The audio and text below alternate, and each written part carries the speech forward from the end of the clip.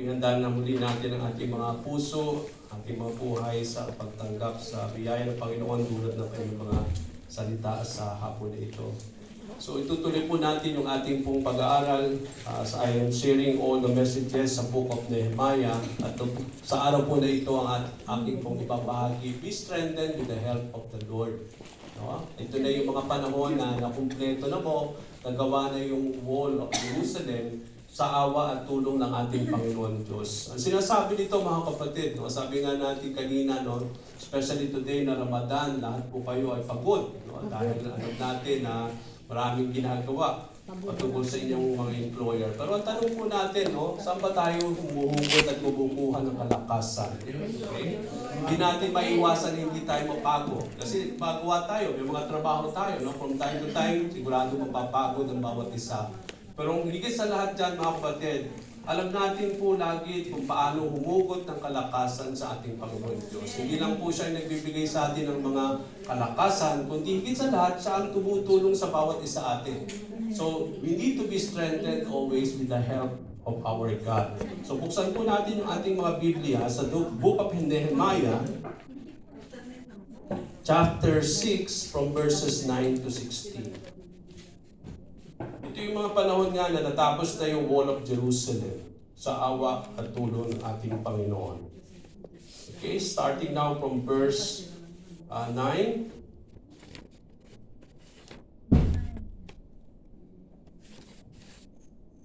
Ang sabi dito, they were all trying to frighten us, thinking their hands will get too weak for the work and it will not be completed. But I prayed, now strengthen my hands. One day, I went to the house of Shemaiah, son of Delaiah, and the son of Mehetabel, who was shut in at his home. He said, let us meet in the house of God inside the temple and let us close the temple doors, because men are coming to kill you, by night they are coming to kill you. But I said, should a man like me run away, or should someone like me go into the temple to save his life? I will not go. I realized that God had not sent him, but that he had prophesied against me, because Tobiah and Sanballat had hired him. He had been hired to intimidate me so that I would commit a sin by doing this, and then they would give me a bad name and discredit me. Remember Tobiah and Sanballat, my God, because of what they have done. Remember also the prophet Noadiah, and how she and the rest of the prophets have been trying to intimidate me. So the wall was completed on the 25th of Elul in 52 days. Verse 16, when all our enemies heard about this, all the surrounding nations were afraid and lost their self-confidence, because they realized that this work had been done with the help of the Lord. So, purihin ang Panginoon sa kanyang mga salita. So, let us come to the Lord and let us pray. Hallelujah, Lord. Father, maraming salamat po muli sa sandaling ito, Ama, at patuloy kami nagpupuri, nagpapasalamat. Ipinapahayag ko, Lord, na Ikaw ang aming kalakasan, Ikaw ang aming Panginoon na nagbibigay tulong, O Lord, sa buhay ng bawat isang Panginoon. Ama, tulungan mo po ang bawat isa sa amin, O Lord. Sa mga oras na kami po ay nawawalan ng kalakasan, O Lord, upang magpatuloy sa lahat ng mga bagay na aming ginagawa, lalo tigit sa lahat, Panginoon, sa mga bagay na gusto mong mangyari sa aming mga buhay, sa iyong gawain dito sa Iglesia.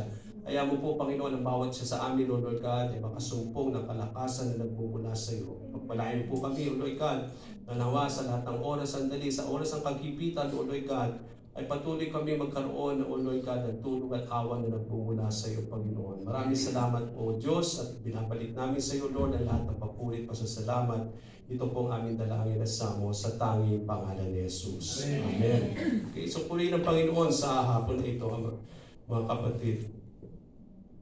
Now, let me start this, mga kapatid, na sa ating pong buhay, saan ba tayo laging humahanap ng kapatuloy na kalakasan upang ipagpatuloy natin yung mga bagay na dapat natin gawin at gampanan sa ating mga buhay. So let me just start this with a big question.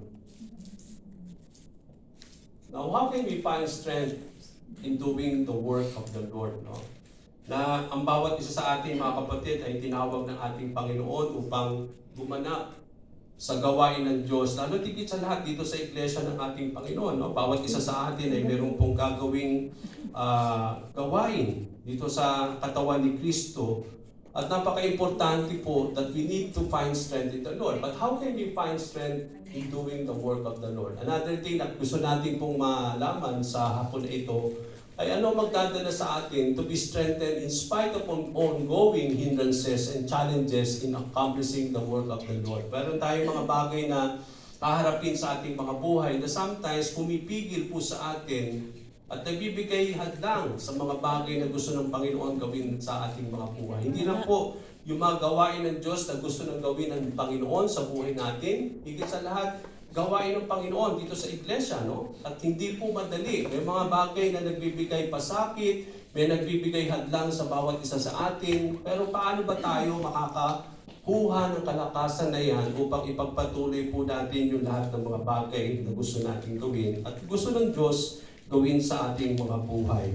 Ang kasagutan po dyan sa mga katanungan na yan, mga kapatid, as servants of the Lord, is always to be strengthened continuously out of the help of God. Tayo po ay mga lingkod ng ating Panginoon. No? Bawat isa sa atin ay servants of the Lord. Kaya nga ang tawag natin sa ating mga sarili ay servants of God. At dahil tayo mga servants of the Lord, tayo naglilingkod sa ating Panginoon. At nararapat lang bilang mga servants of the Lord ay patuloy tayong makahanap ng kalakasan na magmumula sa ating Panginoon Diyos. At hindi lamang po magkakaroon tayo ng kalakasan, kundi patuloy tayong magtiwala sa ating Panginoon at patuloy na lumapit sa Kanya upang patuloy tayong makahanap ng tulong sa ating Panginoon Diyos. So as servants of the Lord, we need to be strengthened always, continuously out of the help of our God. Now we all know, mga kapatid, sorry for that, we all know that in doing the work of the Lord, we need not to rely on our own strength. Hindi tayo pwede mag-rely sa ating mga sariling kalakasan. Dahil alam natin, mga kapatid, from time to time, bumibigay yung ating mga lakas. Kaya hindi natin maaasahan lagi yung ating kalakasan. Hindi tayo pwede magtiwala doon. But then we need to rely and find strength in God alone to continue to do the work that the Lord entrusted to each and every one of us. Patuloy tayong magtitiwala sa ating Panginoon Diyos, sa Kanyang kakayahan, sa Kanyang kalakasan, sa Kanyang kapangyarihan. No? Sabi nga kanina sa ating kanta, the Spirit of the Lord. Sabi nga natin, we rely on the Spirit of God. No? It is not by might, not by strength, but by the Spirit of the Lord. Ang Panginoon Diyos sa pamamagitan ng banal na Espiritu ang nagbibigay sa atin ng tulong at awa at pangunguna upang magampanan natin, mga kapatid, yung lahat ng mga bagay natin pong ginagawa sa pang-araw-araw nating buhay. From our previous messages, sa mga nakaraang mensahe kung paano po natin narinig ang mensahe ng Panginoon, may tatlong bagay po tayo natutunan na upang itong tatlong principle na ito na dapat nating i-apply, hindi lamang po sa ating gawain patungkol sa ating employer o kay madam, kundi patuloy din sa mga tungkulin na gusto ninyong gawin sa inyong buhay at ganun din po sa gawain ng ating Panginoon. Ano ba yung tatlong mensahe na natin na narinig, pati na yung last Sunday na narinig natin sa ating Panginoon? So from our previous messages, there are three important necessary elements para magpatuloy tayo sa gawain ng Panginoon no matter how we face tremendous oppositions. Kahit anuman po yung mga pinagdadaanan, anuman po yung mga bagay na nagiging sagabal, hinaharap natin, mga challenges, mga paghihirap, itong tatlong bagay na ito ang magdadala sa atin upang magpatuloy tayo sa mga bagay na ating ginagawa. Hindi lang for madam, sa iyong sarili, kundi higit sa lahat sa gawain ng ating Panginoon. Una, nakita natin last time, we are to work in unity as one body. Kailangan nating gumawa lalo na higit sa lahat patungkol sa gawain ng Panginoon dito sa iglesia.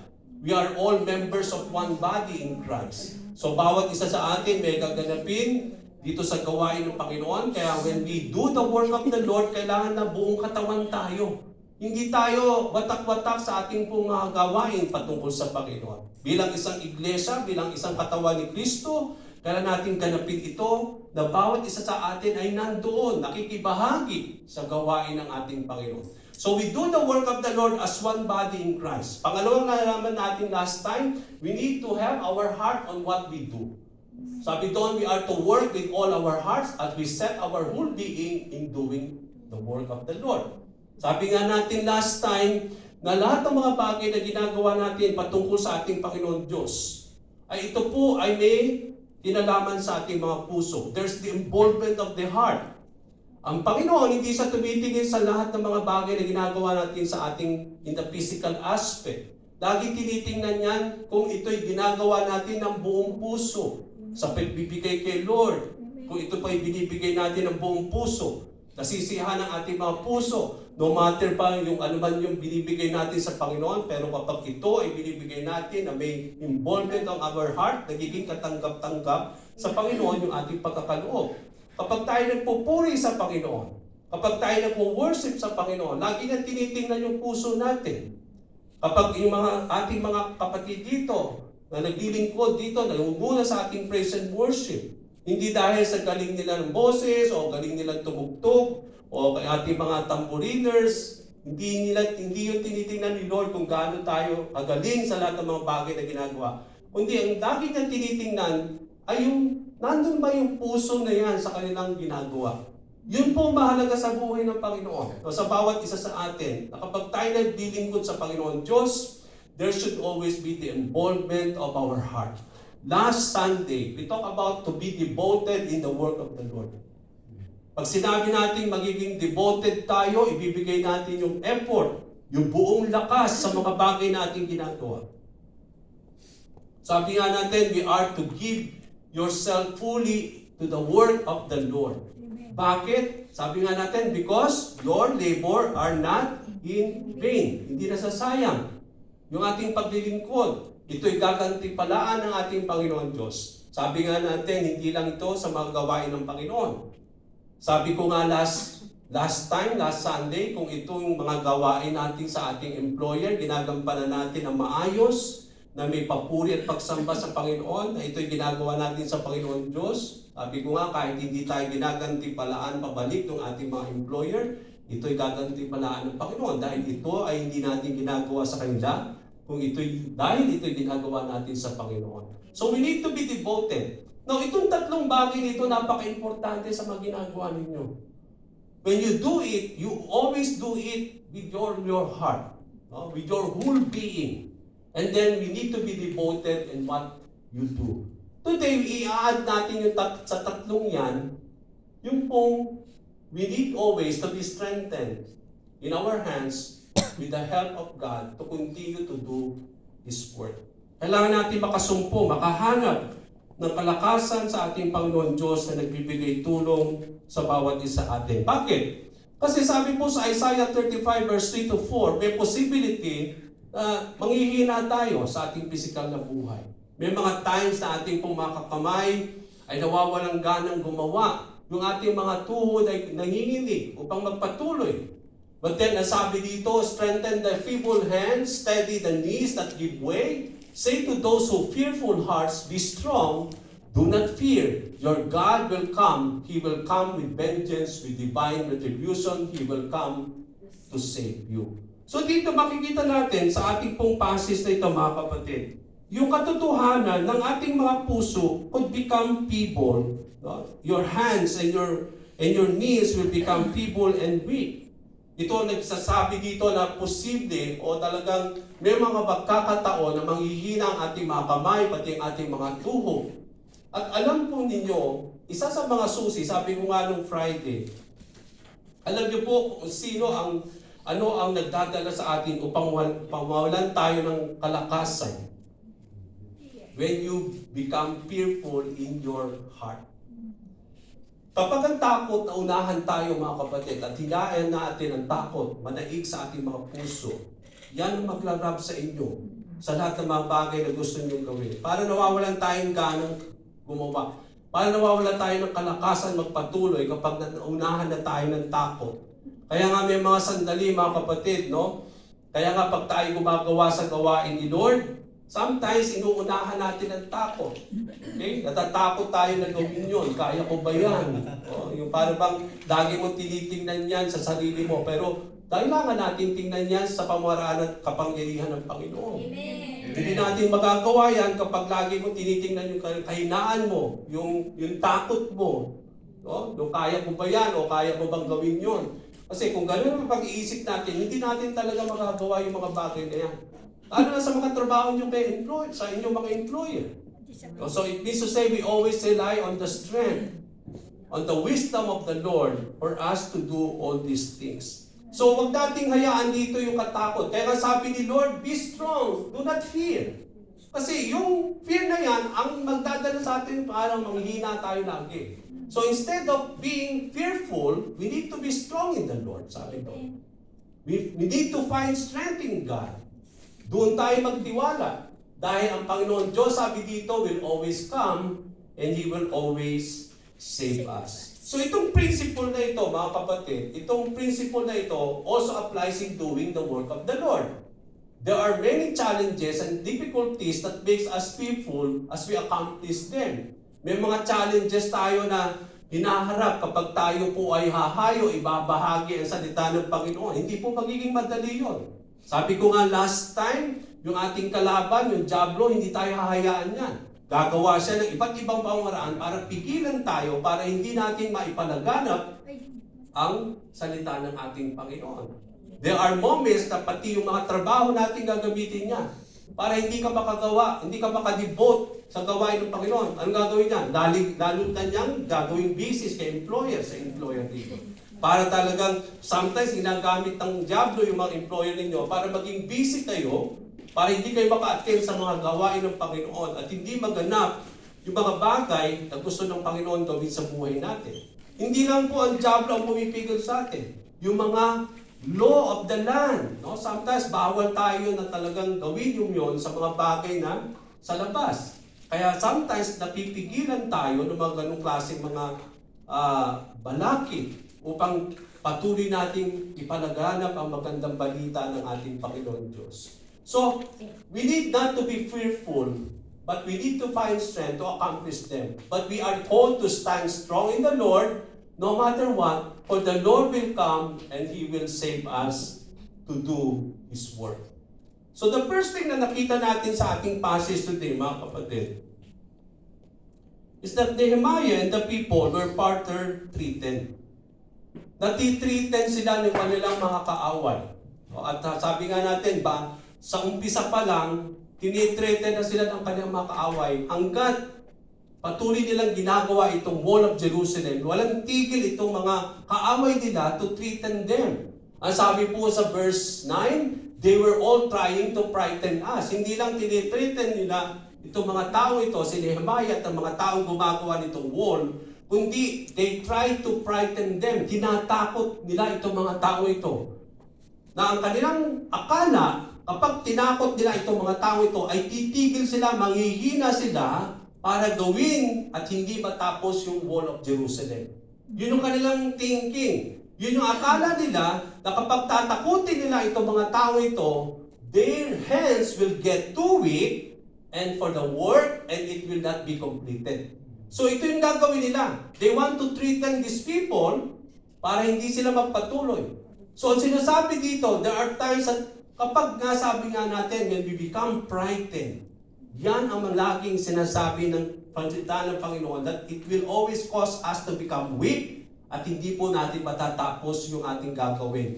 Kaya lagi nating makikita dito yung frightened, yung you will be afraid. Kasi kapag ganoon lagi mangyayari sa atin, pangungunahan tayo lagi ng takot, sigurado po mawawalan tayo ng gana at lakas gawin ang lahat ng bagay na yan. Ganon din ang strategy na ginawa ng mga enemies ni Nehemiah. They threaten them, they frighten them, dahil akala nila kapag sila'y natakot, sila'y titigil, manghihina upang ipagpatuloy ang gawain ng paggawa ng Wall of Jerusalem. So, the enemies threaten and report, no? Sabi dito, hindi lang po na gumawa itong mga tao ito, kaaway ni Nehemiah na tinitreaten, tinatakot nila itong mga tao. Pero number one din na ginawa ng mga kaaway ni Nehemiah is that sinisiraan nila si Nehemiah upang mawalan siya ng gana o masira siya sa mata ng tao.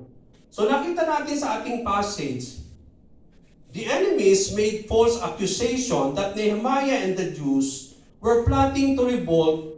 That is why they are building the wall. ipinakakalat nila yung maling balita na kaya nila kinukumpuni o itinatayo na muli yung wall is because they are planning to revolt against the king. Noong mga panahon na yon, nung si Nehemiah ay governor ng Judah, meron pong namumuno yung na king of Judah. So meron pong hari. And si Nehemiah ay siya gobernador, siya yung governor. So itong mga kaaway na ito ni Nehemiah, ipinakakalat nila yung balita na hindi totoo, na itong si Nehemiah, kaya nila gusto nung buuin na muli yung wall is because they are planning to revolt against the king. At ipinagkakalat itong mga kaaway niya ito na gusto ni Nehemiah na maging hari, okay, over these people. Kaya nagtatalaga siya ng mga prophets upang siya ay anoint at i-proclaim bilang hari. So itong mga kalaban niya, ito yung nire-report niya. At ito yung takot na binibigay niya kay Nehemiah na kapag si Nehemiah ay hindi makipag-usap sa kanila, ang treatment nila is that they will report this to the king of Judah. Okay? Now, paano nag-respond si Nehemiah dyan? Ang sabi ni Nehemiah sa verse 8 and verse 13, I replied, there is no truth in any part of your story. Ibig sabihin, gawa-gawa lang ito. Itong mga taong ito. Fake news. Fake siya. They are making up the whole thing. Ginagawa lang lahat nila ito para siraan si Nehemiah, para siya'y masiraan ng loob para ipagpatuloy sa pangungunang mga tao upang gawin itong gawain na ito. Sabi niya sa verse 13, they were hoping to intimidate me. Ang akala nila matatakot si Nehemiah sa mga bagay na yan. No? At sabi dito, they will make me to sin. Pero then they would be able to accuse and discredit me. So, yun yung sinabi ni Nehemiah dito. And then, the enemies were just trying to intimidate. They are trying to intimidate and discourage them to stop the work. Pero nakita natin, they continue the work with even greater determination. No? Sa ating buhay, siguro kapag tayo napipigilan, lalo tayo magkakaroon ng gana. Ipagpatuloy lahat ng bagay na yun. Nakita natin sa ating pampases, iba't ibang mga hadlang ang ginagawa ng mga kalaban ni Nehemiah at mga tao, pero hindi sila nagpadala sa mga yun. May mga false accusation, tinatakot sila, tinitreaten sila, but hindi sila nagpadala sa mga bagay na yan, kundi patuloy silang nagkaroon ng greater determinasyon upang ipagpatuloy at itapusin ang gawain ng Panginoon. So dapat gawin din ang attitude natin. Gawin din dapat yung ating hangarin that no matter anong bigat, ano pa yung haharapin natin, magkaroon tayo ng napakalakas na determinasyon upang ipagpatuloy at tapusin yung dapat gawin. Now, how did Nehemiah respond on this? Paano siya nag-respond sa mga bagay na yan? Unang-unang nakita natin dito, he always prayed and consulted God. Sabi niya kay Lord, Lord, strengthen my hands. In our lives, sa ating pong buhay, kapag tayo po ba ay nawawala ng lakas at may mga bagay na pumipigil sa atin sa pagtupad sa mga kalooban ng Diyos na gusto ng Panginoon gawin sa buhay mo, magawain mo kay Madam, gawain kay Lord, are we praying always? Are we always consulting God? Amen. Do we always respond by praying unto our knees? Amen. I hope and I pray ganun tayo magre-respond sa lahat ng ating mga pinagdadaan. Kaya nung siya'y nanalangin sa Panginoon Diyos, sabi ng Nehemiah sa Panginoon, remember, oh my God, all the evil things na itong mga kaalapan niya, si Tobias, si Sanballat na ginagawa. Remember them, Lord. And remember this Noadiah, the prophet, and all the prophets like her, who have tried to intimidate me. Binayaran, pati noon, nababayaran yung mga propeta para magpahayag ng mga bali. Tinatakot sila, tinatakot niya itong mga propeta na ito ay ginagamit ang kanyang mga kalaban at sila ay mga bayaran ng propeta para takutin si Nehemiah. Pero alam natin mga kapatid, hindi ito katotohanan. So kaya nga sabi dito ni Nehemiah sa Panginoon, Lord, remember these prophets na they are trying to intimidate me, na itong mga propeta na ito ay nagagamit sa hindi magandang mga bagay. So in our lives, mga kapatid, we need always to pray to the Lord. In our lives, we need always to respond in prayer when we are being frightened. Kapag nag-uumpisa na po na tayo nakakaramdam ng takot, diyan na yung mga moment that we need to kneel down and ask the Lord. Kasi kapag napasukan tayo ng takot, mga kapatid, diyan ang pipigil lalo sa atin sa mga bagay na gusto ninyong gawin. Na kapag tayo na unahan ng takot, diyan ang pumipigil at diyan ang nag-aalis sa atin ng gana, ng lakas upang ipagpatuloy yung mga bagay na ating ginagawa. So when we are frightened, the most important thing we need to do is to pray. We are to consult God. Konsultuhin natin ang ating Panginoon Diyos that He may lead us in dealing with all the challenges and the difficulties that we face. Hindi natin kakayaning harapin yung mga hadlang na yan. Yung mga balakid. Doon natin kailangang ikonsulta sa ating Panginoon Diyos anong dapat nating gawin upang pangunahan tayo, upang malampasan natin, mapagtagumpayan natin yung mga bagay na yung pumipigil upang ipagpatuloy natin yung gusto nating gawin at gusto ng Panginoon Diyos gawin para sa Kanya. So we need always to consult God. And how do we consult God? Isn't it? By prayer. Sabi ko nga, marami kong beses sinasabi sa inyo, in our lives, we are servants of the Lord. We are the soldiers of Christ. Isn't it? Bago tayo gagawa, lagi natin kinukonsulta kay Lord. No, lagi nating binabahagi kay Lord yung mga bagay na pumipigil sa atin. At napaka-importante na ma-instruct tayo, maturuan tayo ng Panginoon Diyos, ng ating Master, upang ano yung dapat nating gawin. And we always are being instructed by God when we pray, when we humble ourselves in prayer. That's the time that He is teaching us, instructing us sa lahat ng mga bagay na gusto ng Panginoon gawin sa buhay ng bawat isa sa atin. Now, ang tanong, why we need to do to?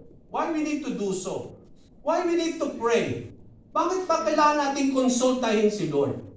Ang sagot po dyan, mga kapatid, is because God alone can help us. Sino bang tutulong sa'yo? Kapag nawawala na tayo ng gana, natatakot na, saan ba tayo latakbo? Saan ba tayo lalapit? Sa tao? Minsan wala tayong maasahan. But the most important thing here na maasahan natin sa lahat ng oras ng kagipitan ay ang Panginoon Diyos. Ang sabi po sa Psalm 46 verse 1, God is our refuge and strength. He is our ever-present help. Tingnan niyo po yung underworld doon, no? Ever-present help in times of need is our ever-present help in times of trouble. Amen. Ano bang ibig sabihin ng ever-present? Dalawang bagay yan. Pag sinabing ever-present, siya'y laging nandoon.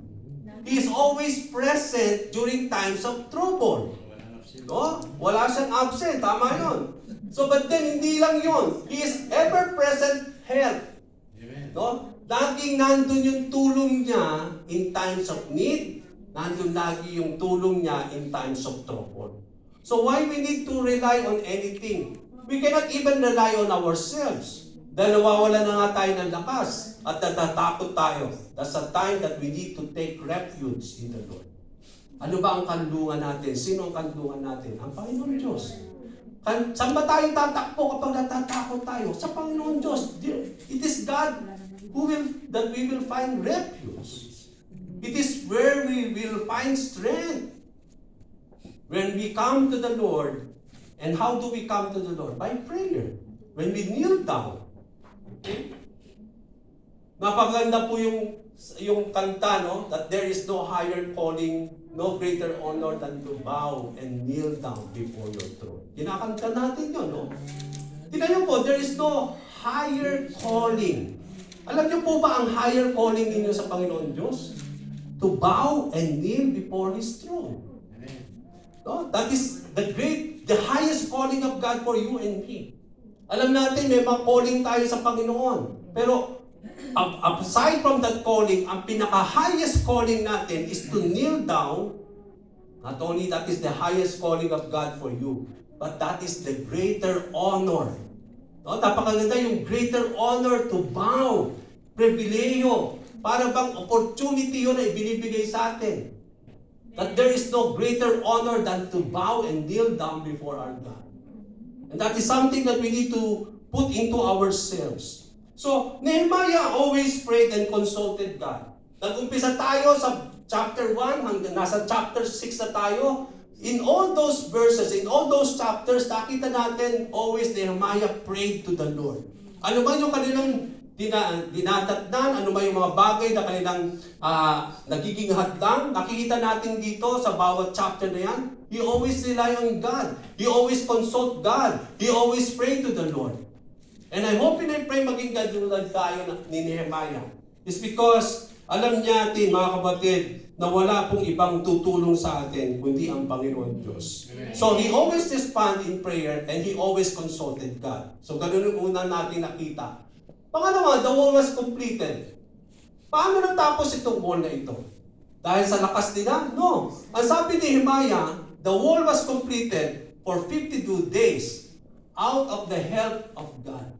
So ang tulong, bakit natapos yun, ay hindi po kahit kanino.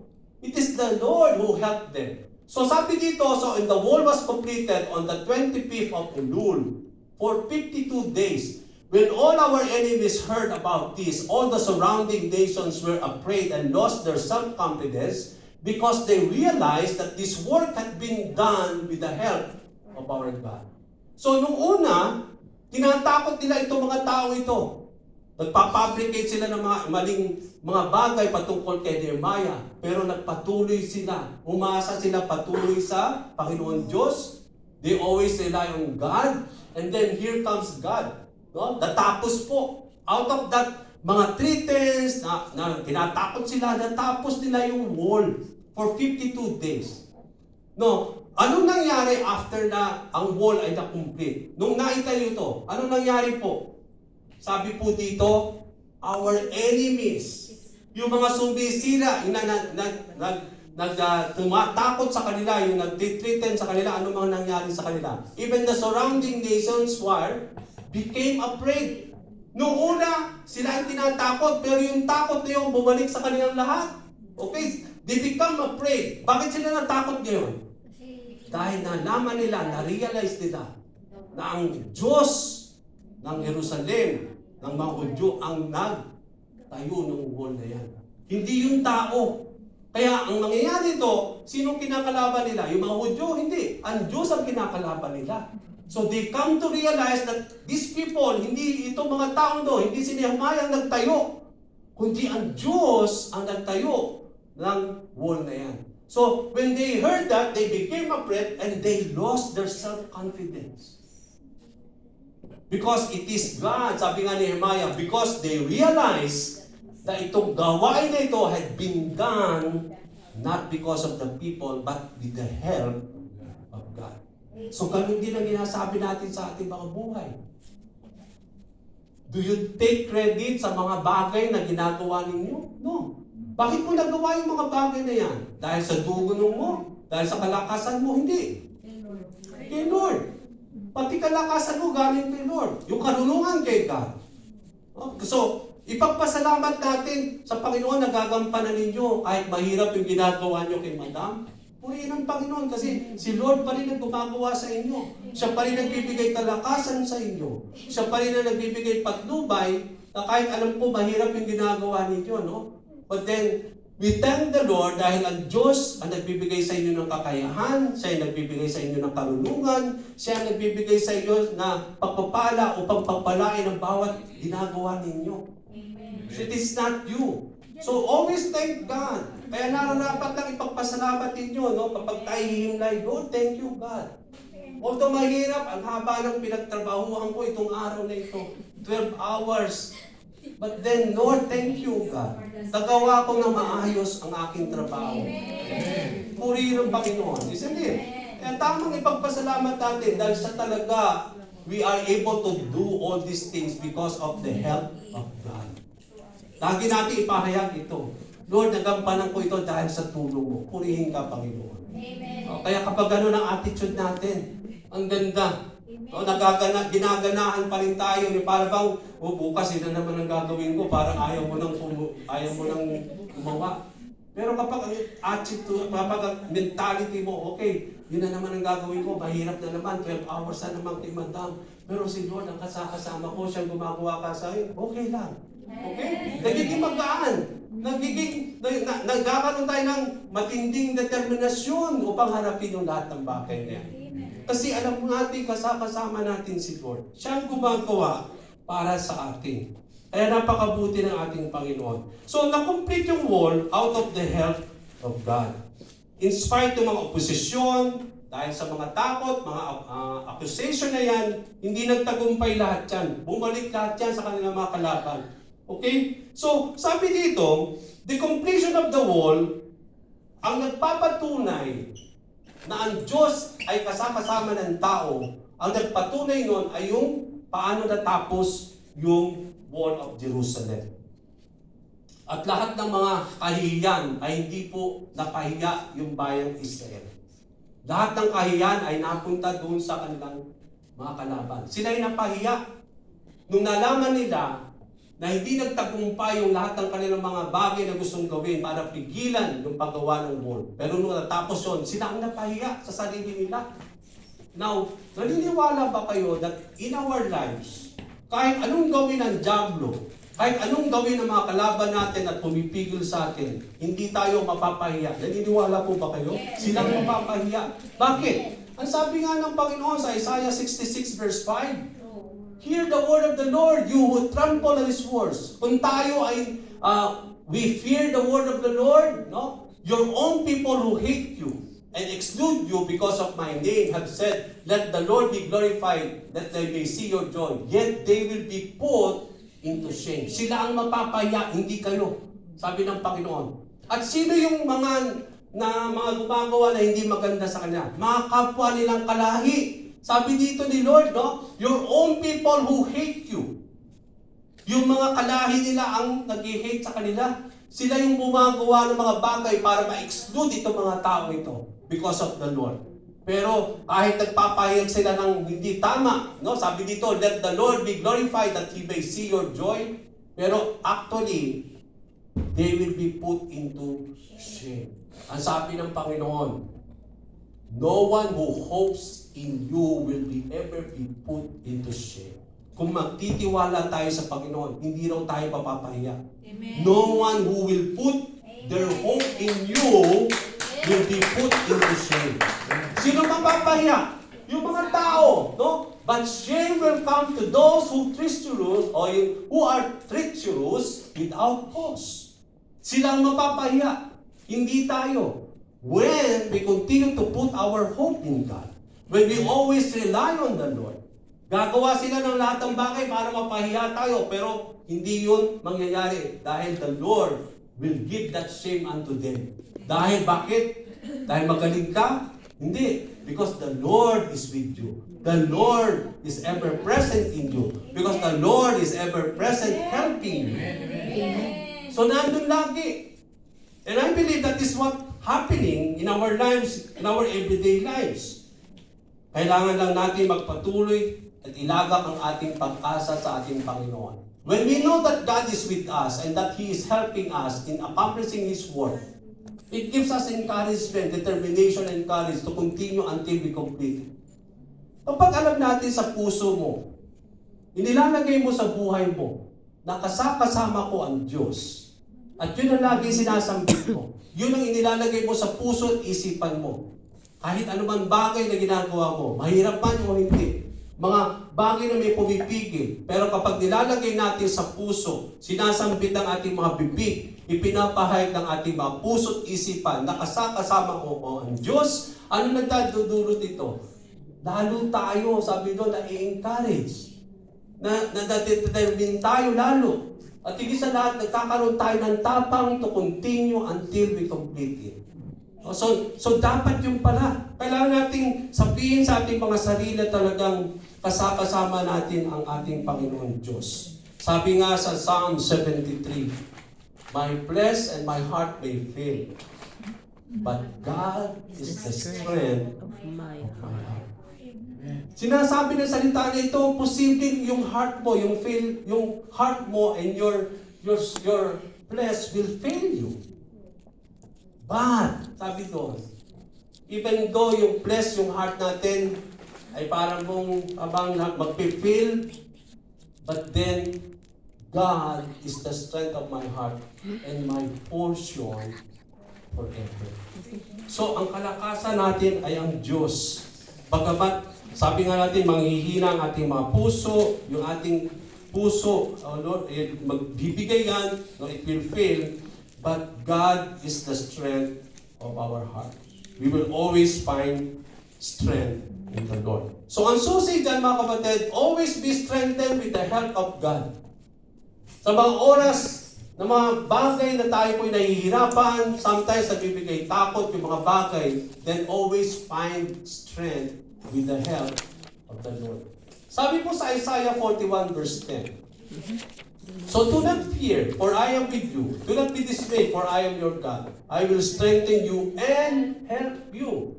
Okay, kanina, hindi nyo napansin, laging may, sabi yung do not be frightened, do not be afraid. Ito na naman, no? Do not fear.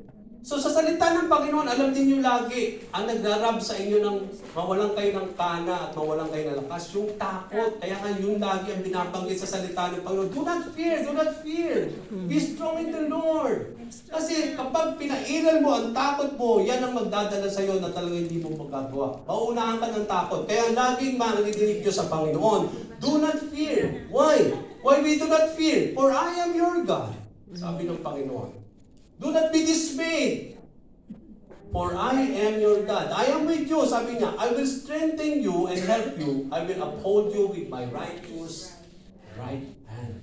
So patuloy daw tayong magkaroon ng kalakasan at ng tulong sa ating Panginoon. The Lord will uphold us with His mighty power. Although yung ating flesh, yung ating heart, will, sabi nga natin, ay bibigay from time to time, but later on, it will leap for joy when we find strength in God. Sabi nga natin, yung pusong natatakot, yung pusong parang naguguluhan, kapag ito ay nagkaroon ng kalakasan, ng tulong sa Panginoon, yung natatakot na puso, ito ay tatalon ng may kagalakan. Ang sabi po dito, Psalm 28 verse 7, the Lord is my strength and my shield. My heart trusts in Him and He helps me. My heart leaps for joy and with my song I praise Him. So, kapag tayo natulungan ng Panginoon, anong respond natin? Tatalon tayo sa may kasiyahan. No? Our heart leaps for joy. Yung puso na yan na dati natatakot, kapag nakaranas ng kalakasan ng tulong sa Panginoon, it will leap for joy and it will lead us to praise the Lord. You see it, sabi doon, for the Lord is my strength and He is my shield. My heart trusts in Him. Na patuloy nating ilagak ang ating mga puso. As I have said earlier, mga kapatid, as I will be ending, yung becoming people and weak is not only physical. Hindi lang po yung nangihina tayo physical. Sa buhay natin, even spiritually, we become weak. Nanghihina rin tayo sa spiritual nating buhay, mga kapatid. At huwag nating hayaan na manghina tayo sa spiritual nating buhay. Kung posibleng maghina tayo sa pisikal, lalo tigit sa lahat na posibleng maghina tayo sa spiritual nating buhay. Kaya yun yung kailangan natin talaga lalo na umasa sa Panginoon sa Kanyang kalakasan because it is possible for us to become weak in our spiritual lives. Yung parang nawawalan ka ng gana magpatuloy sa pagpunta sa gawain, sa pagpunta sa church, no? Nawawalan ka ng lakas na mag-Bible study, nawawalan ng lakas at gana na mag-involve sa mga gawain sa Panginoon. Yun ay mga sign na parang nanghihina tayo, mga kapatid. Nawawalan ng gana. And I believe we can overcome all those things. Huwag nating hayaan, mga kapatid.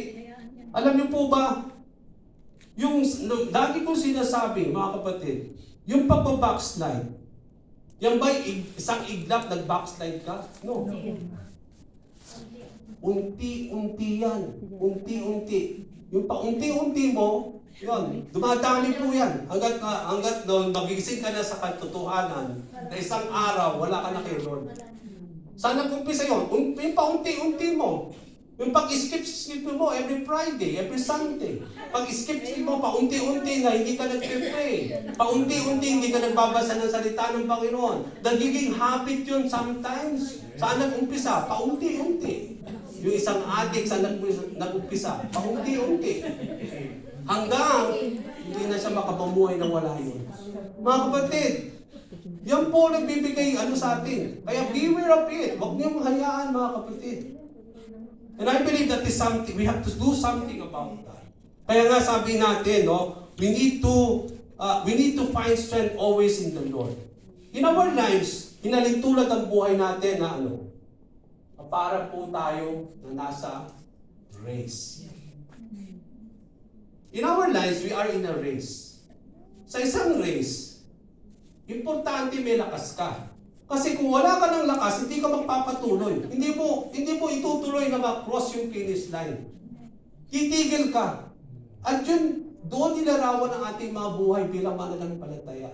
Kaya nga sa Hebrews chapter 12, therefore, since we are surrounded with such a great cloud of witnesses, let us throw off everything that hinders and sin that easily entangles us. Anong nagpapahirap sa inyo sa karera ninyo sa Panginoon? Yung bigat ng mga weaknesses, yung mga hidden sin, yung mga bagay na nagbibigay pasakit kung hindi natin tayo marunong mag-upload, mag-alis ng mga baggages na yan na magpapahirap sa inyong karera sa Panginoon. Come to think, kung tatakbo ka, pasan-pasan mo ilang kilo, do you think you will able to run? No, hindi. Mapipigilan ka dyan. Ganon din sa buhay natin. Paano ka tatakbo? Susundin mo si Lord and punong-puno ka ng baggage sa buhay at sa puso mo. So kailangan natin, sabi nga ni Lord, come to me all who are weary and burdened. Yung mga nabibigatan. Napaka-importante in our everyday life, marunong tayo magdapas do mga bigat na yan. And that is what the Lord is trying to say. Exchange your burden so that I may give you rest. Para magpatuloy sa ating karera sa ating Panginoon. Sa pagtagpo natin sa Panginoon. Hindi tayo titigil kasi may mga nag-cheer sa atin. Ang sabi dito, we are surrounded with great cloud of witnesses. Sino yung mga witnesses na yan? Na para tayo na para bang ilalarawan natin na para sa ayon nasa isang Colosseum na napakalaki. At lahat tayo, tumatakbo tayo doon. At tayo yung mga mananampalataya, yung mga all around us ay mga mananampalataya din na naging matagumpay sa kanilang pagtakbo sa Panginoon. Na sinicheer niya tayo. Na parang they are cheering for us. No? They are really encouraging us na wag tayo tumigil dahil sila mismo din noon ganyan din. Pero hindi sila nagpatuloy, but now they are now in the Lord. So, the same thing that these people is saying unto us. Huwag kayong mag-give up. But throw off everything that hinders you. Sa sarili mo, alam mo yung bumibigat, alam mo yung problema mo, na nagpapahirap sa'yo. Tayo nga kapatid, ibigay mo na yan kay Lord. Yung mga tingin nyo, bagabagahin ninyo, nagpapahirap sa buhay ninyo, ay, time na mga kapatid, ibigay na yan kay Lord. Ipagpalit na yan kay Lord. Nakagaanan. Kasi kung hindi, yan po ang pipigil lagi sa atin upang paunahan tayo ng takot, mawalan ng gana sa lahat ng mga bagay na ginagawa natin. It easily snares us. No? Kaya nga sabi dito, even the sin that easily strangles us. Yung mga hidden sin, yung mga hindi pa sinusukong mga kasalanan, kahinaan sa Panginoon, mga kapatid, dyan na nagpumipigil, nagpapahirap sa ating pagtakbo sa ating Panginoon. So we need now to give up all these things so that we are able to cross that finish line. Let us run with perseverance, sabi ng author ng Hebrew. The race that has been put to us by the Lord. So kailangan natin mag-persevere, mga kapatid, sa ating pong pagtakbo sa ating Panginoon. Kaya nga sabi dito as I end, sa race na yan, there will be time that we will be weakened. Kaya nga ang sabi doon, therefore, strengthen your feeble arms and weak knees. Make your level paths for your feet, so that the lame may not be disabled, but rather we will be healed.